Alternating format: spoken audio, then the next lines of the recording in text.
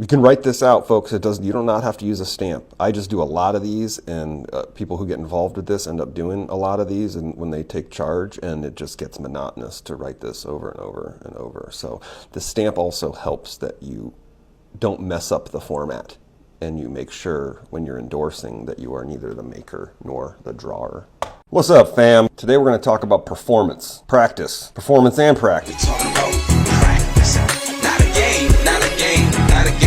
Those of us trying to get results are really after one thing: performance. We want the other side to perform. The problem is 3 years maybe of throwing spaghetti at the wall with bills of exchange, coupons back to the corporation, and Chris Hauser tactics, Patrick Devine files.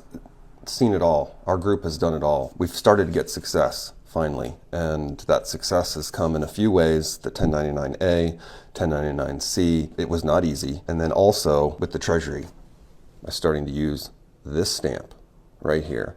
Now, it doesn't have to be this exact format.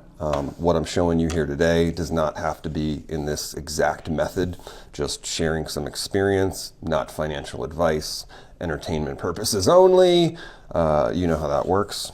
And we're going to do some in real time here, and I'm going to go step by step with what I've come to understand by amalgamating all of this info, and coming from someone who's first talked about the straw man and the birth certificate back in 2012 when I tried to launch a podcast that was short-lived, lasted about a year, launched it at the same time as my website, Decrypted Matrix. One of the first shows that I did in 2012 was talking about the straw man and the birth certificate and how to cancel your Social Security number. Since then, I've learned that I was somewhat over the target at the time, but to get results, what did it come down to? Patrick Devine in my head saying, "Did you read the instructions?"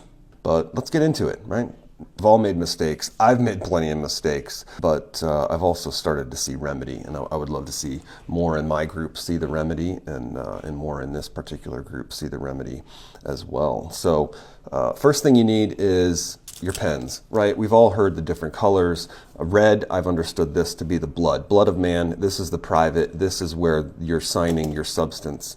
Purple is royalty, like on docs and affidavits and stuff like that. I'll usually use purple for the royalty. When you're inking a money order or doing contractual commerce related, this pen that I hold in my hand is royal blue.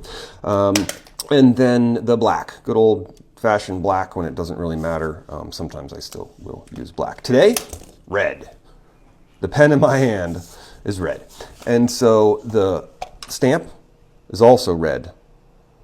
Most of the videos I've come across, some have said it doesn't really matter. You could potentially use other colors. One that seemed to come from the mouth of an IRS agent, red is the important one for when you're inking up stuff using this stamp or sending things to go to the Treasury. So about performance, since I've tried everything in my experience, the only ones that perform are the Treasury. Brandon Joe Williams has said this, and others I know have mentioned this. I think these organizations are just getting hammered too much by this stuff that they either can't keep up or have forgotten how to do it, and so the drones just respond with, "Oh, you're sending us fraudulent mail."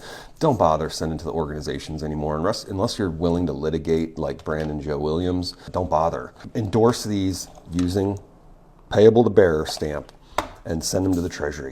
Send it to the right address, and you follow the instructions per how endorsements need to be made by UCC guidelines. Brandon Joe has videos that go well into this. I don't need to do it. And then reading the instructions with regards to IRS forms.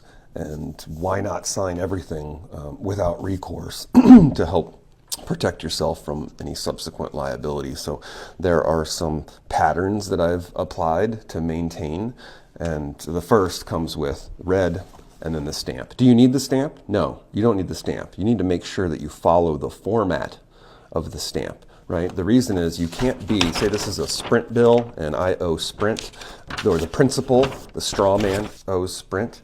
The one endorsing and inking cannot be the maker or drawer. Sprint and the principal here, the straw man, are both maker and drawer. So you've got to come in and be a representative of either the maker or the drawer, or somebody totally different. Family member can come in and endorse